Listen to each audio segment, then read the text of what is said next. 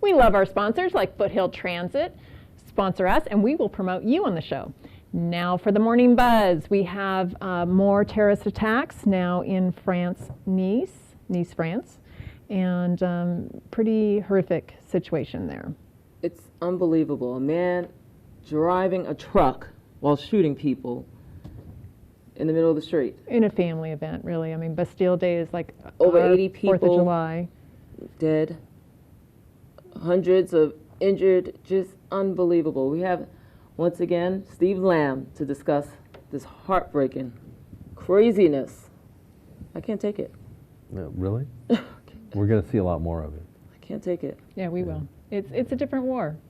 Yeah, it is. Well, it's a guerrilla war. It's, you know, it's like our War of Independence was to the British. Right. It breaks all the But we were on our land. We weren't there trying to attack them. We were trying to defend ourselves But here. it breaks all the standard rules of warfare. Yes, it does. Yeah. And it has for a long time. And I think to not say that we're in war, I think is incorrect. It's just a different kind of war. Well, we have been repeatedly attacked. We don't realize it in the United States. We've actually been at war with Islam since the Barbary Pirates. I mean, you know, so that goes back to Tom Jefferson, 1804. And that's how long we've been in some state of war with the Islamic world, or portions of it. So in Nice, France, is it a lone wolf? No. You know, you don't end up with this gigantic truck full of guns and bombs and goodies like that, and you're all on your own. No, there's an organization behind this guy. There's huge organizations in the Arab world and in other parts of the Islamic world that don't plan terror just against the West, but plan terror against other parts of the world that are not yet Islamic. Right. But how do peaceful Muslims separate themselves from these terrorists?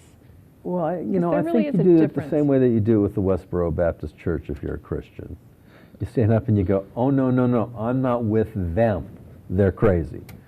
You know, I mean, you don't find anybody, I mean, even people who aren't pro-gay, who are Christians, I mean, you don't find anybody signing up with the Westboro Baptist Church and going, oh yeah, we love them, we embrace them, we think what they're doing is great. And so they just have to get loud about it. And what about ISIS? What about ISIS? How do they play the role in this whole terrorist attack? Well, I mean, they're probably the organization that trained this individual. But, you know, ISIS is one of those weirdo groups that at some point the United States, you know, is going to help them liberate something from someone, and then suddenly they turn against us. And you know, they've got, if you look at photos of ISIS like running around the world, they've got all new Toyota pickup trucks.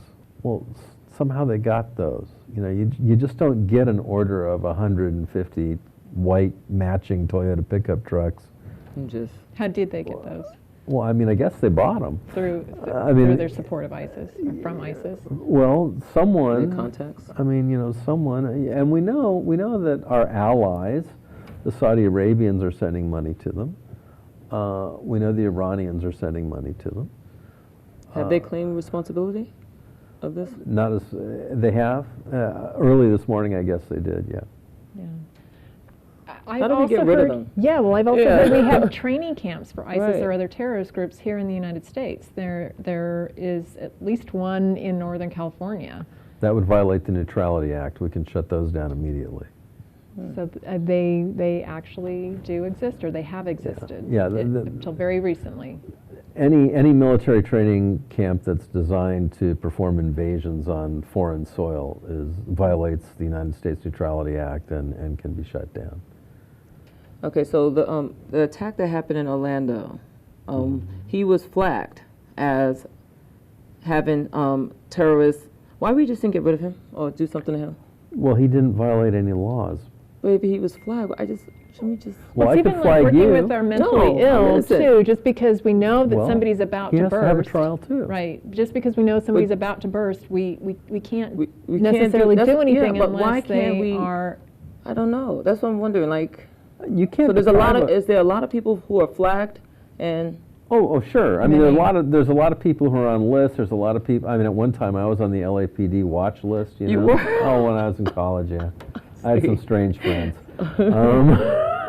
You know, and but you can't deprive people of their civil liberties just because they have got, you know, odd associations, or just because they have beliefs that we find to be bad. They have to take some sort of affirmative or actual real life action before you can deprive them of their rights. So, okay, yeah, we knew this guy, you know, he believed in overthrowing the United States government, or he believed in doing these terrorist acts, or he hated the West or whatever. Yeah. But until he takes an action, he hasn't done anything that we can arrest him for. You can't arrest people because they believe something we don't like. Right, right. They watch them though. So Steve Lamb, we're going to watch this program later on and have other conversations about this situation. Okay. And thank you so much for being on with us today. You're welcome. Always a pleasure. Absolutely. See you later, Mary.